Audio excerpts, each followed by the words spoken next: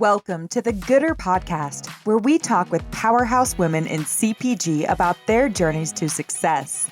This episode is sponsored by Retail Voodoo, a brand development firm guiding mission-driven consumer brands to attract new and passionate consumer base, crush their categories through growth and innovation, and magnify their social and environmental impact.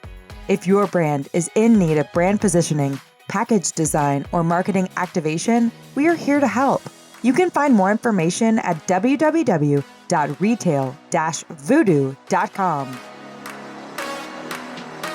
Hi, Diana Frike here. I am the host of the Gooder Podcast, where I get to talk with the powerhouse women in the food, beverage, and wellness categories about their journeys to success and their insights on the industry. This episode is brought to you by Retail Voodoo.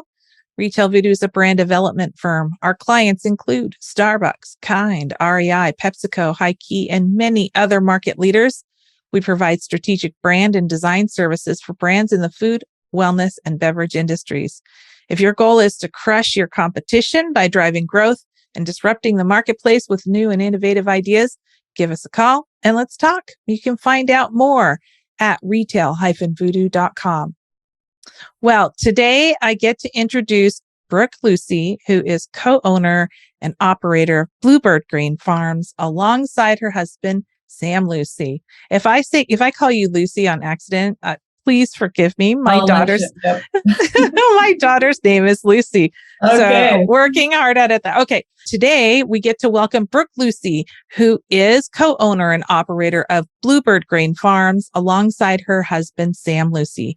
They are a vertically integrated, organic, regenerative grain farm that produces, processes, and sells ancient and heritage wheat and grains.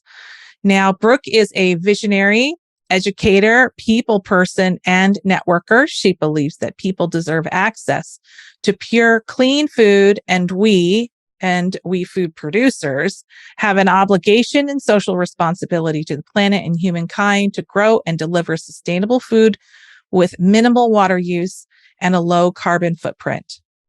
Brooke is honored to work as an entrepreneurial environmentalist that allows her to work with the land and integrate her infinite wisdom while driving good food to the people. Well, welcome, Brooke. How are you today? Hi, Diana. Thanks for having me. I'm excited to be here. Yay. And you are located where? Remind me. We are in north central Washington, Winthrop specifically, just right over the North Cascades from Bellingham. Okay, so you're pretty far up there then. We are. As the crow flies, about 30 miles south of the Canadian border. Wow. Okay. Well, as you know, because we've already talked about this, but I am super excited to talk to you because, first of all, you're a brand from Washington State, so yay. Yay. And secondly, you guys have a special place in my heart because I first discovered Bluebird Farm years ago when my family was on vacation in Lake Chelan. And for those of you not from Washington State, Lake Chelan is kind of like the destination, one of the destinations in Washington State. So there's the wet side of Washington and the dry side of Washington where most of the farming is done. And Lake Chelan is on the dry side. And when you go, you're going to love it. And I could talk about it forever, but I digress because we are here to talk to Miss Brooke. You were just going into summer, weren't you? You're just thinking of those summer dreams. Summer dreams on that amazing lake. Yes. And I've not been to Winthrop, which I have also heard is pretty magical of a destination itself.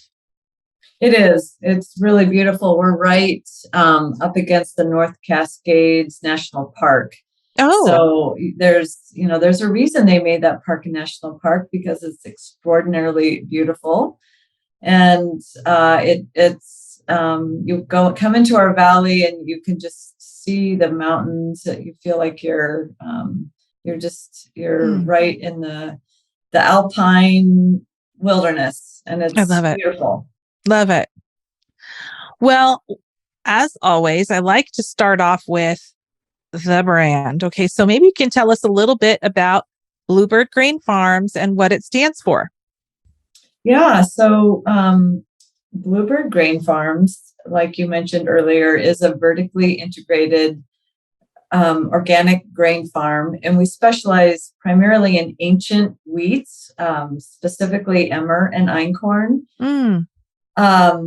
We started about 18 years ago because we could not find any locally sourced wheat in Washington State. And being the sixth largest producer of wheat, then it was kind of confounding to me why we couldn't buy local wheat when we, were sending hundreds of metric tons out of the port of Portland and Seattle, but we could not buy local wheat. Right. So that's what started us, and that's what inspired us. And the ancient grain aspect of our business just allows us to have a niche. Because nobody at the time was growing these ancient wheats. And then on top of all that, we feel organic has always been our passion.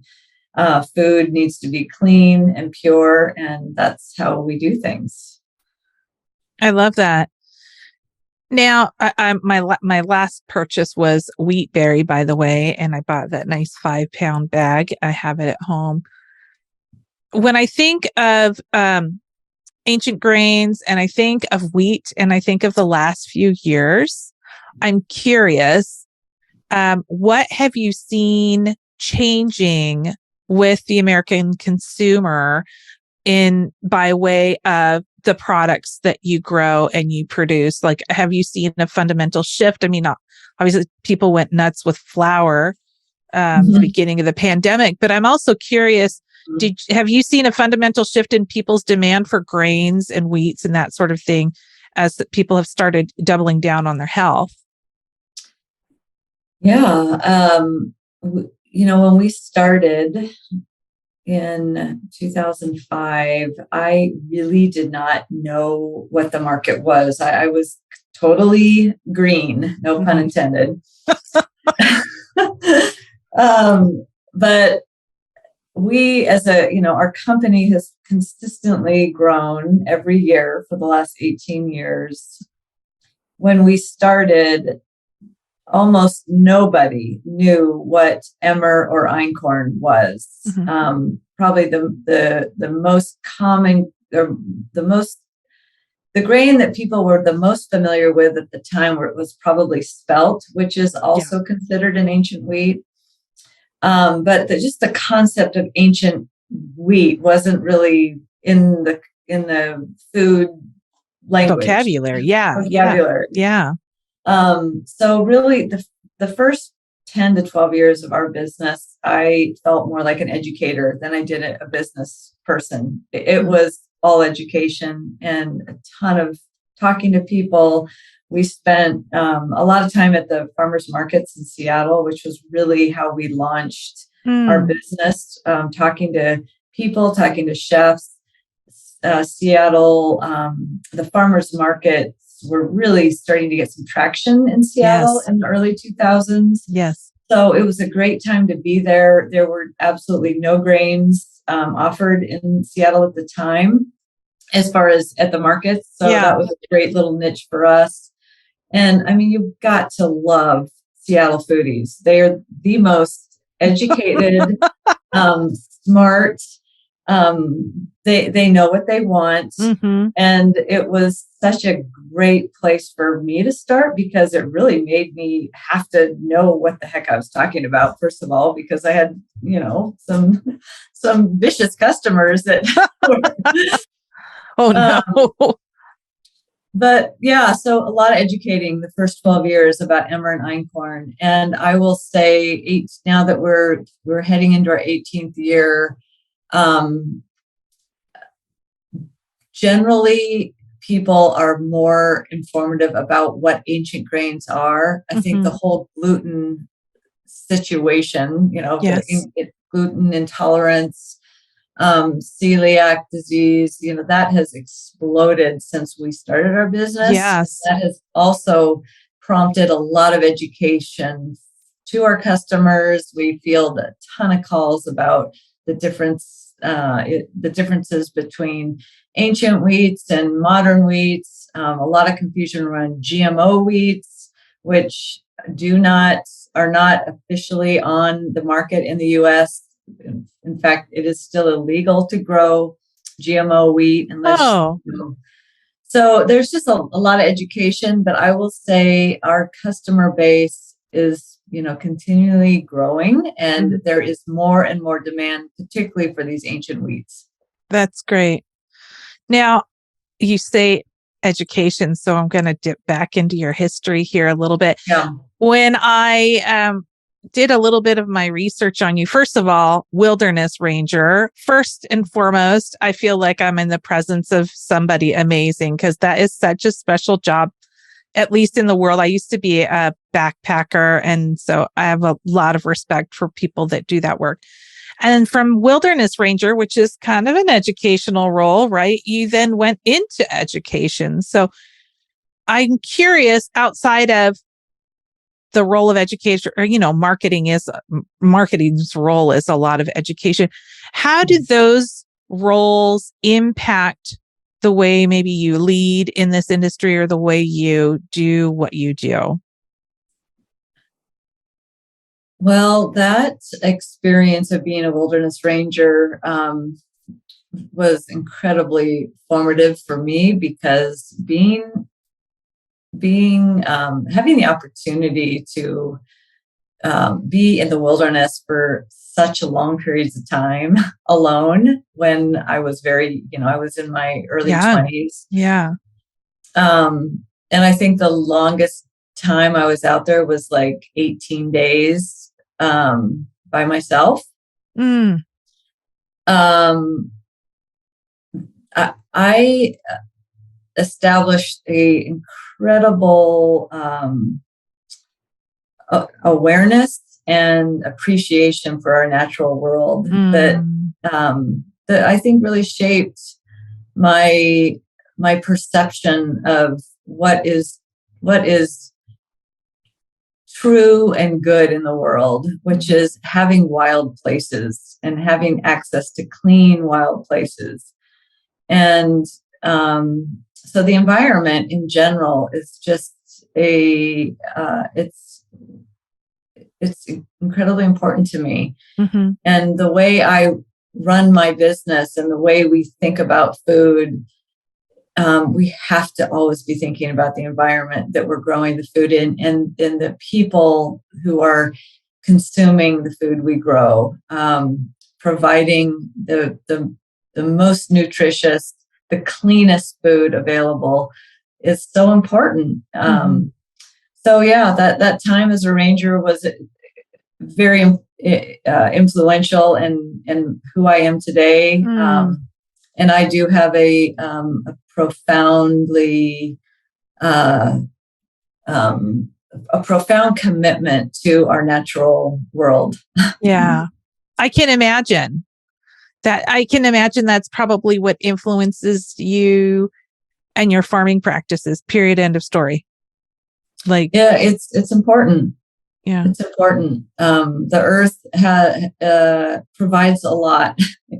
We couldn't be. It sustains us in many ways, and having access to clean air, clean water, and clean food creates a healthy society. It creates healthy people and healthy communities, healthy children. And I had the privilege of having access to that as a young person. And I feel passionate about maintaining that for our future. That was a nice cue. Oh my goodness. Okay. Well, let's talk a little bit about product development, kind of, moving from the education and the planet on the earth and natural resources. One of your responsibilities in your profile is that you are responsible for product development. What does that mean in your world, and how does it show up? Yeah, well, because we are both producers and processors, I have to kind of think of it in think of product development in multifaceted dimensions because we have to think about the production side of it. Like, is it something that we can that we can grow? How do we grow it? Can we harvest it? Do we have the acreage for it? All of those production operational, questions. yeah. And then there's the processing side of things. Can we process it? What's the cost around the processing? What's the shelf stability like? There's so many layers to a product. And I don't think about a product unless we can produce the product. So that is kind of a difference. Like, if we don't grow it, I'm not going to develop a product. So that's kind of a fundamental principle, is that we have to be able to grow the product. Of course, everything that we grow is a grain and is very shelf stable, and that's what our entire processing line is set up for. Is wheats, primarily wheat. So everything, all of my products are under that category. Now, the beautiful thing about grains in general is that there are so many uses for grains. They're incredibly versatile. Yes. So you think about whole grains, you can think about cracked grains, you can think about flour. I mean, there's so many things. You could, ferment grains, you can brew grains, you can malt grains. I mean, there's just a myriad of possibilities with this one product.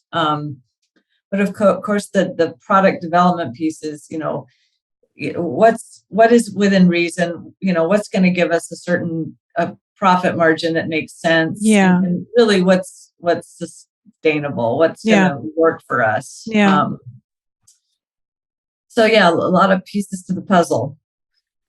When you're considering new products, new grains, now I know that you've been predominantly, if my memory is correct, predominantly working with farmers in Washington State. I think that has changed in the last few years.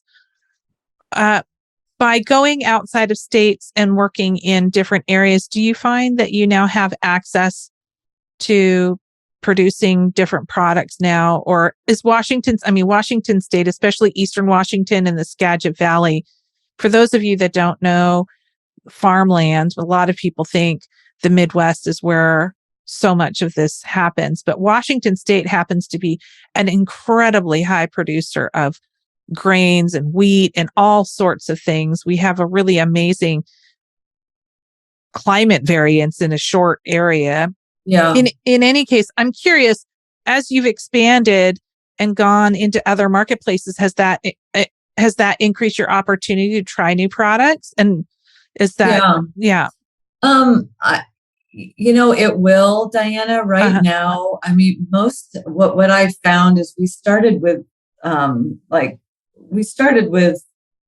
emmer, einkorn, dark northern rye, which was a heritage variety from Washington, a heritage variety from of a hard red wheat, and a little bit more modern grain, which is our Pasayten hard white wheat. So we started with these 5 varieties, the OGs.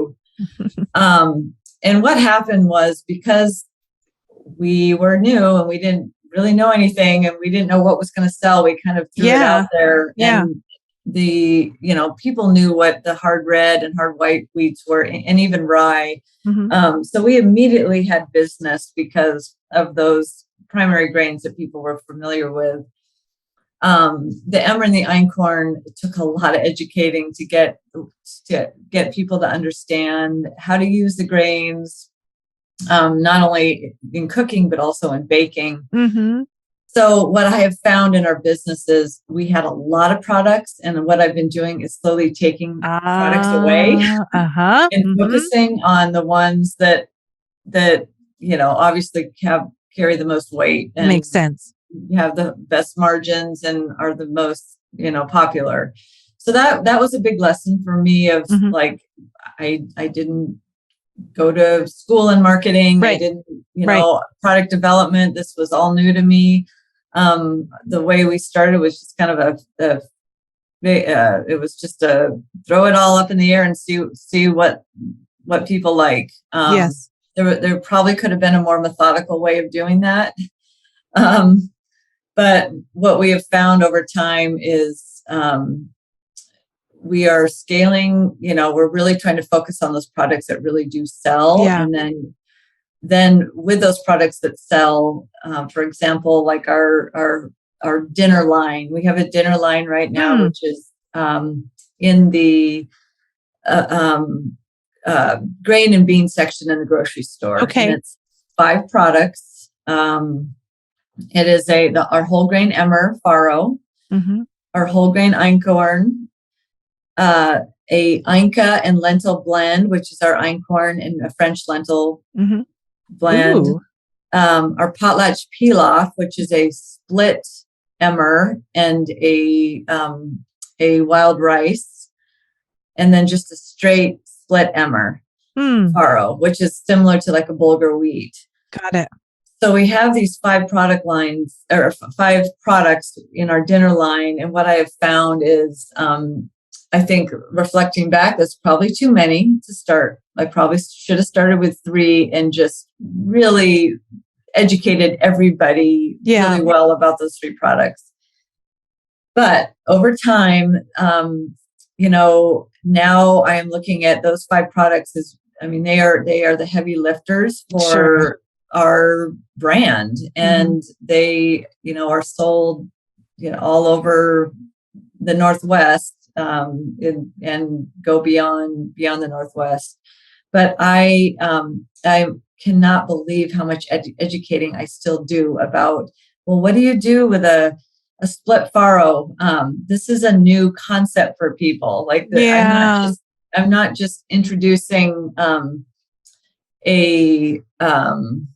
I'm introducing a new grain, and I'm also introducing a new grind of a grain. People don't know what split farro is. So that's where I find myself, like, we're really trying to focus on what we do now instead of continuing to develop new products, which I do see that in our future, once we kind of get our current product lines completely shiny clean. Yes.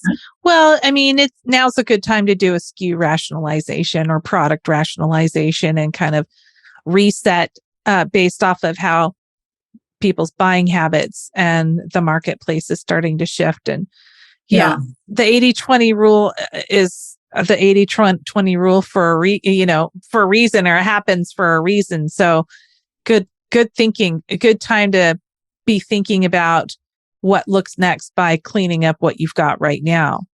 Yeah.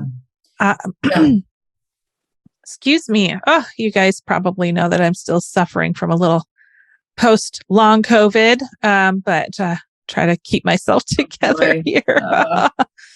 Now I'm thinking in those early days, farming and the type of farming that you and your team are probably doing now were a little bit different. And I'm curious how, the farming practices that you're using, and I can't remind me, do you own all the farmland, or are you purchasing from farmers, or a little bit of both?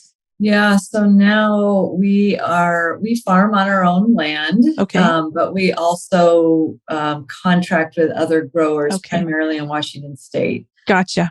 Let's talk about farming practices now. I know that in the past, farming practices are much different now than they were when you first started. But I'm curious, first of all, the first question before this is, how much of the land do you guys own? Do you use contract farming, or is it a combination of both? Yeah. So right now, we do both. We grow on our own land, and we also contract with other farmers, primarily in Washington State, with who are all within about 100 miles radius from us, from Winthrop. Oh, close. Yeah. So we've got, just Waterville, Okanagan, Connell. When we started the first 12 years of our production, we were doing 100% of the farming ourselves on our own land. And land that we owned and land that we were leasing at the time. So that was the first 12 years of business. And that's where, our business and our brand started as a vertically integrated farm. Once we started really gaining traction in the marketplace, we could not keep up with the demand. Sure. And we do not really live in a community where there's a lot of access to farmland. And that was definitely one of the limiting factors for us at the time, is that we just couldn't find land 12 years ago. Or this was, I guess, like 10 years ago is when we really were starting to try to secure more land and get more people on board. And it wasn't just land, but it was the concept of growing organically in Eastern Washington. Really hard for a lot of farmers at the time to get their heads around.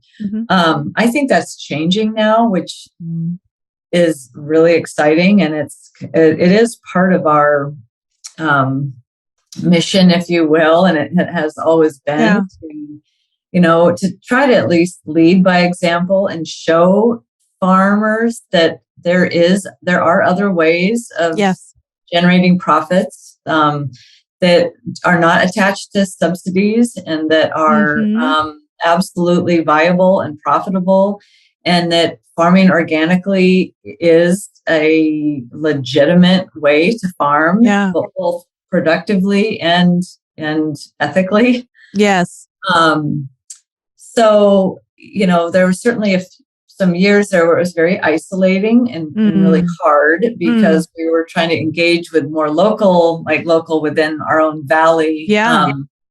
And it just was not working. We were beating our heads against the wall, could not get farmers on board. But at the time, we were also getting more recognition nationally. And my husband had been featured in a couple of farming publications. And we had farmers reaching out to us in Washington saying, hey, we'd love to partner with you if you ever, want to, grow, need more growers, and we'd like to learn from you. Yeah. So that's when we realized, why are we spending so much time just trying to figure out who's right here when we have people in the next valley in Okanagan who are interested and want to work with us. Yes. So that was a big shift for us. We felt like we had to do it all ourselves. I see. It was clear that if we were going to survive as a business and as healthy humans, in healthy relationships, because this is a, husband-wife team. Yes. You have to think outside the box, I guess, at the time. And that was a real, our heels were so dug into our principles about doing it all that we were actually losing sight of actually running a viable business. So that was a big shift. Yeah.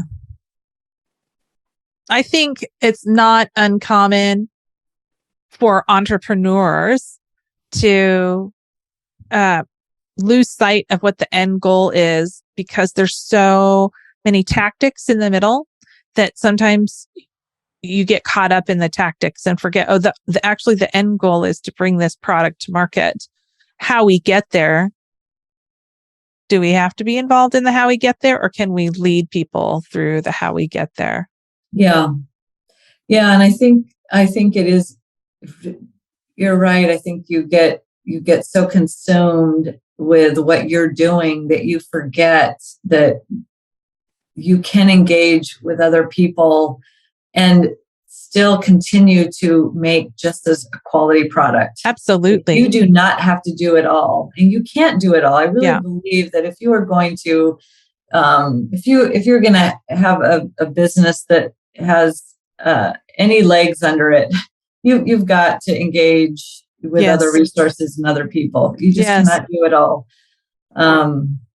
Anyway, so that was really a big shift for us to bring on these other partners. And we went from, our tagline the first 10 years was organic ancient grains from plow to plate.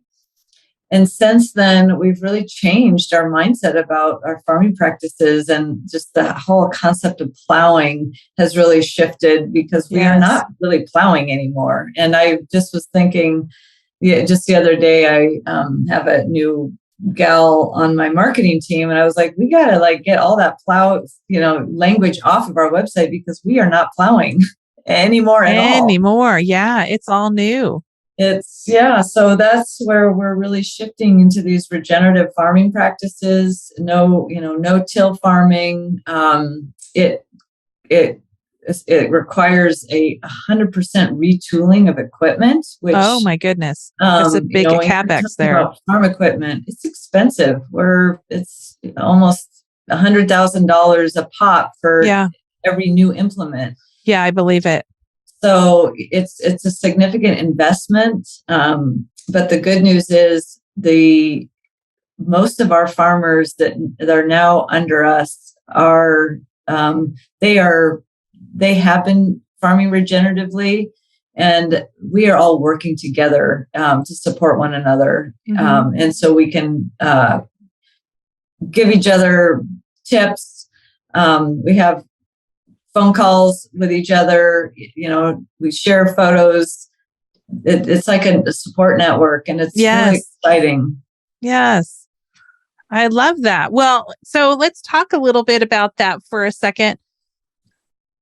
Is your husband a farmer, or did you guys because I was thinking to myself, so they just randomly decide to become farmers. That's a big thing. So so this makes a little bit of sense. You had this idea and he had some experience, and you could start to put something together. Yeah. He has farming experience, what had been farming before we started our business. Okay.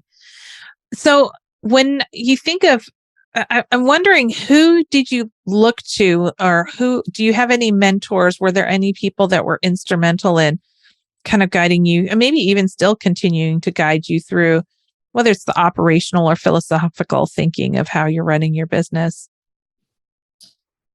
Yeah. In the very beginning, there weren't a lot of resources. Yeah. I believe that we were the second organic grain farm in Washington State. Wow. In 2005. Wow. So, but this does lead to an interesting story, that at the time there was one other grain farmer, mm-hmm. and we found him and made a connection. And he actually was the very beginning. He gave us a lot of resources. He was out of Tenasket. Okay. And he had Rain Tree Farm, and his name is Treebeard, and his wife Raina. Oh, wow. And they were our initial touchstones on getting our business going. And they had been growing organic grains, and they had been milling their own organic grains. Oh. So they did help us in the very beginning, and were hugely supportive. And in fact, they were actually looking to retire. Oh. And ended up kind of facilitating us getting, just with the concept of growing and then milling farm fresh flour. Oh, really? Yeah. Oh my goodness. That was a huge, for us to have that relationship with them. And they kind of shepherd us a few years, just getting new, they did pass on the heritage rye that we now grow, which is a heritage grain that has been grown in Washington for over 100 years. It's a very unique variety specific to Washington farmers, and it has really been passed down by Washington farmers. So really, we take a great pride in keeping the seed and this strain alive. And so that came from Raina and Treebeard from Tenasket. So yeah, those types of relationships are absolutely huge and critical. And since then, we have made all kinds of wonderful connections with wonderful growers. One of our growers, Brad Bailey, is in Connell. He has been an organic farmer for years and is a huge resource for us, supporter and partner. So that's awesome. I love that the Northwest is taking care of itself. That's pretty great. Yeah, it's it makes me realize just the concept of growing your own food and having food security, which is a real hot topic now after going through COVID and us all seeing the issues in our supply chain.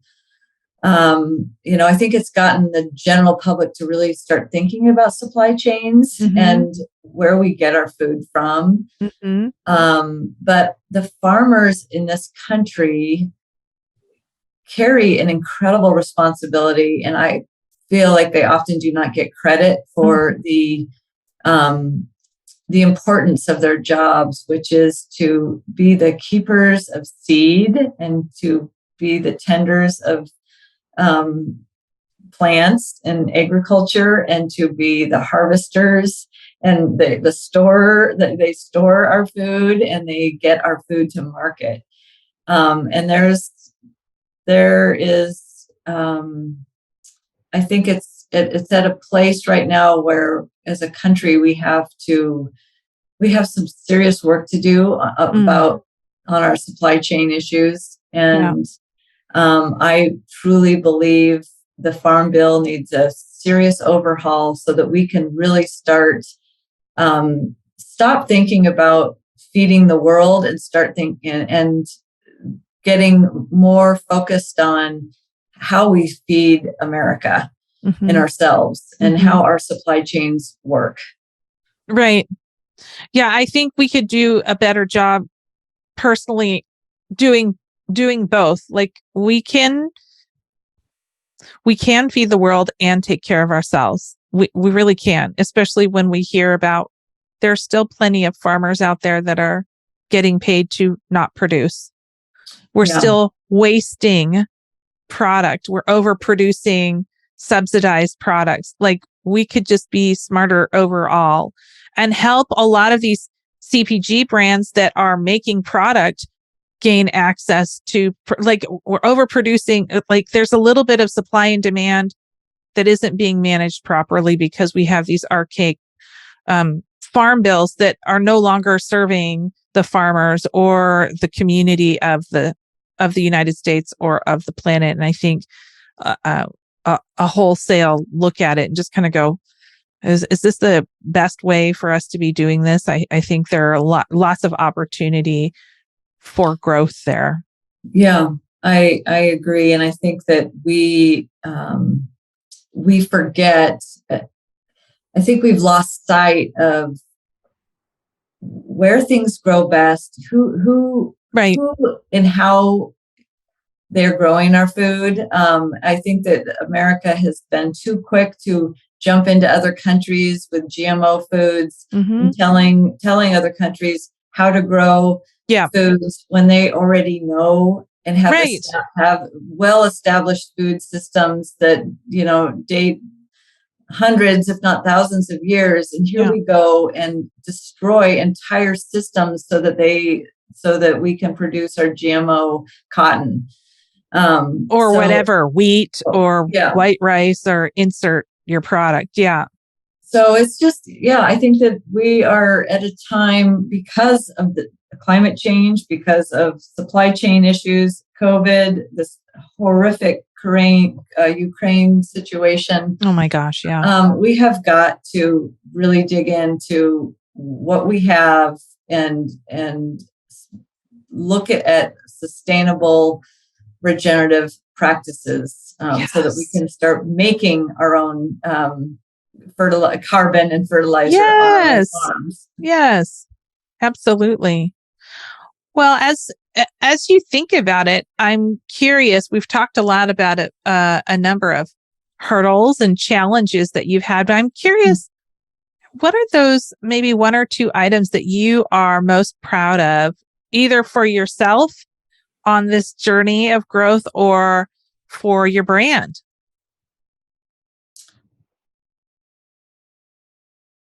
I think one thing I am very proud of is being a relatively small company and being vertically integrated.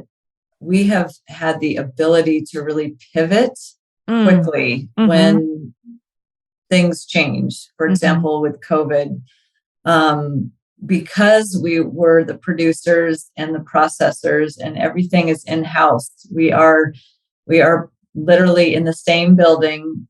We've got all the grain stored. We are processing all the grain. We are milling all the grain. We are sacking all the grain.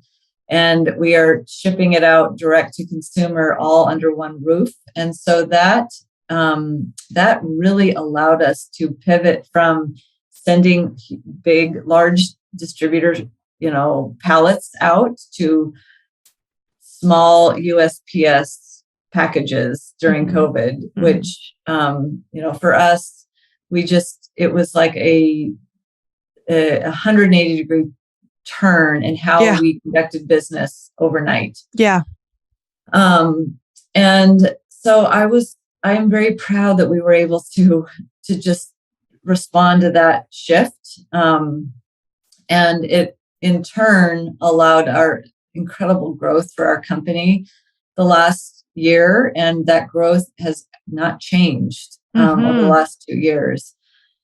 So it just made me realize how important, back to that resiliency piece, how important it is to be resilient. Yeah. How you really have to be, you kind of do have to do it all when you are in this vertically integrated space where we had to be selling wholesale, we had to sell through distribution, and we had to sell retail to keep our business floating. That's kind of how we rolled. And, even though for years it felt crazy to be doing all these markets, now looking back, it's what kept us not only afloat, but now it's what is expanding our business.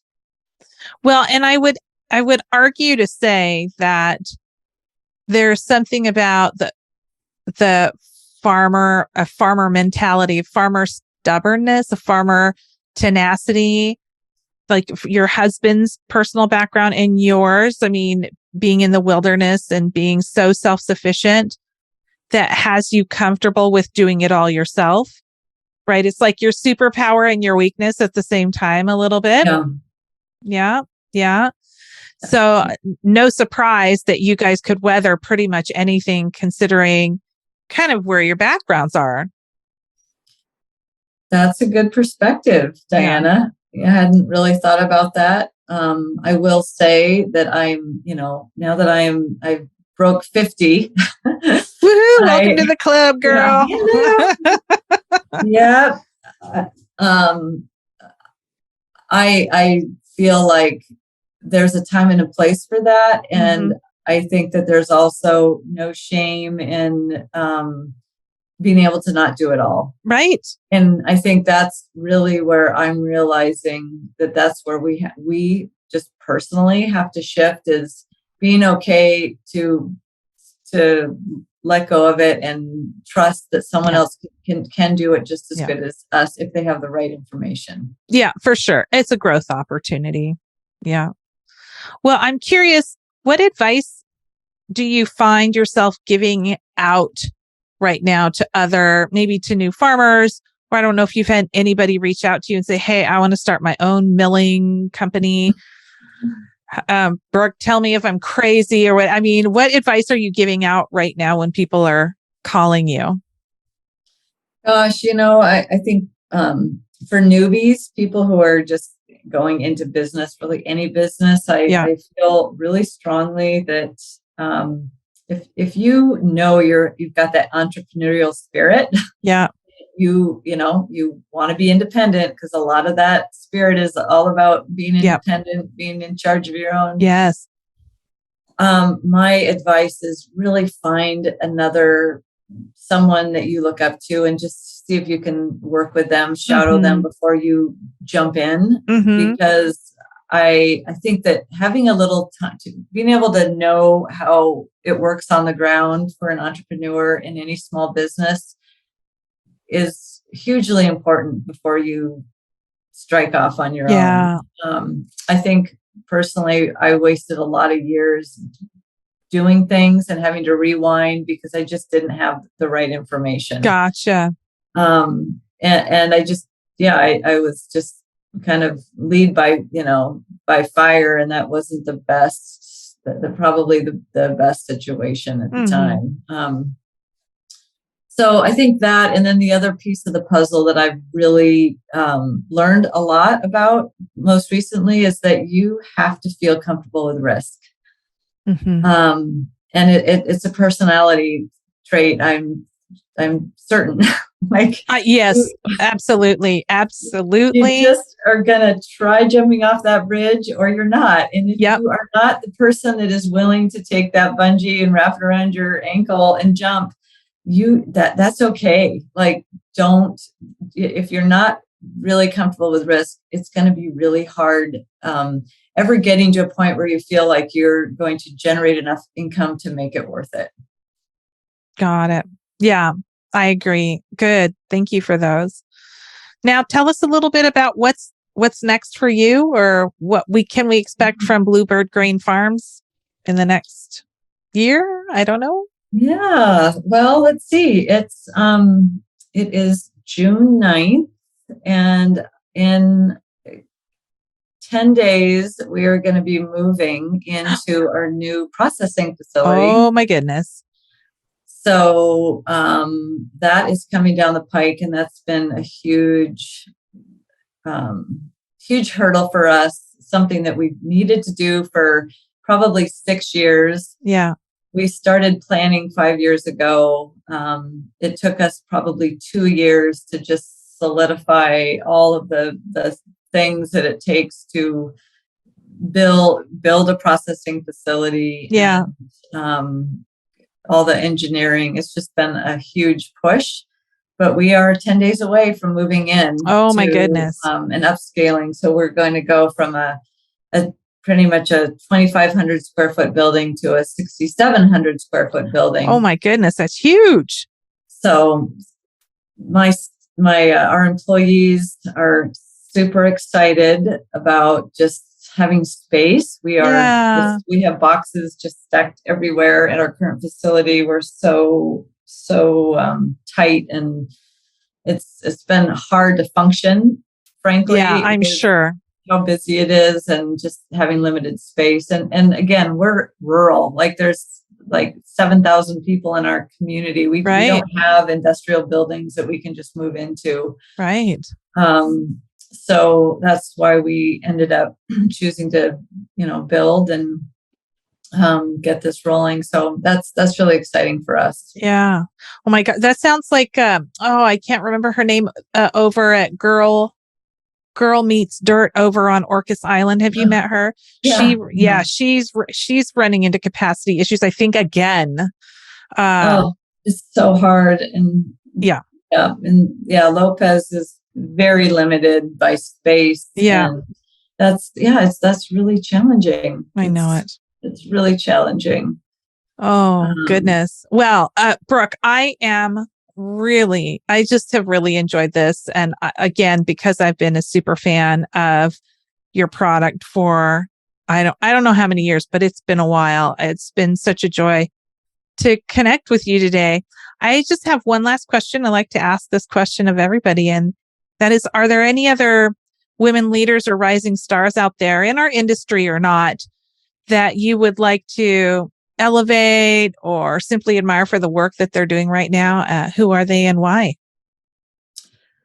Oh gosh. Okay. Well, I have a couple of ladies in mind, and one is just kind of an interpersonal thing that that I will say for any woman in business, and especially women who are in business, who have families, managing families, and maybe even managing their, like with their husband, their partner, in their business. I have needed time to kind of stop and reflect and think about, just all the roles and all the things that we juggle. Yes.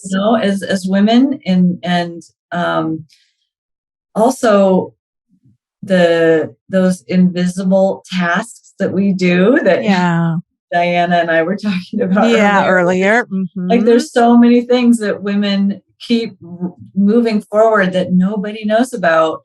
Yes. But I will say, Brene Brown has been someone who I have leaned in on, like listening to her books on tape has absolutely saved me.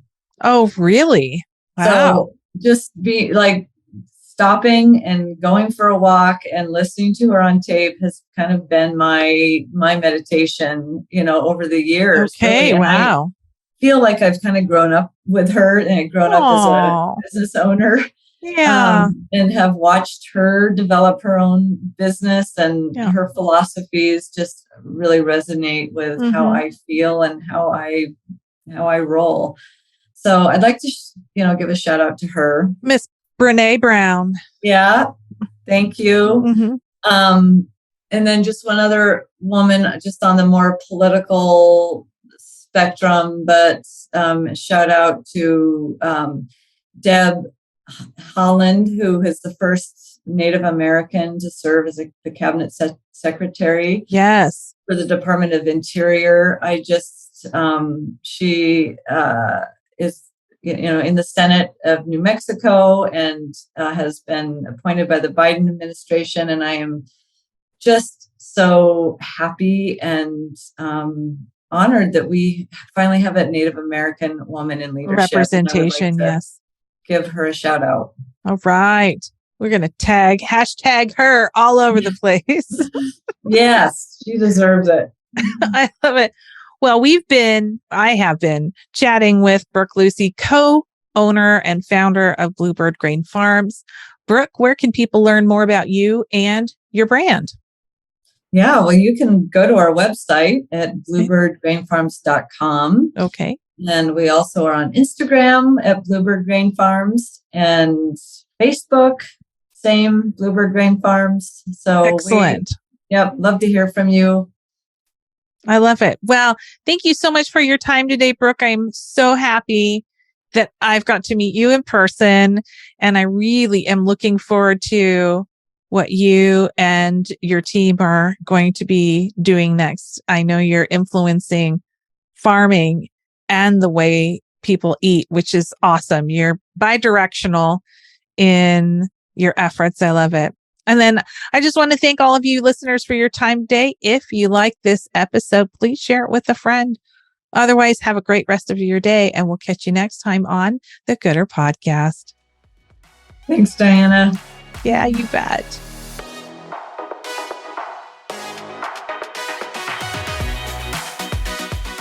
We hope you enjoyed this episode. And if you haven't already, be sure to click subscribe and share with your network. Until next time, be well and do gooder.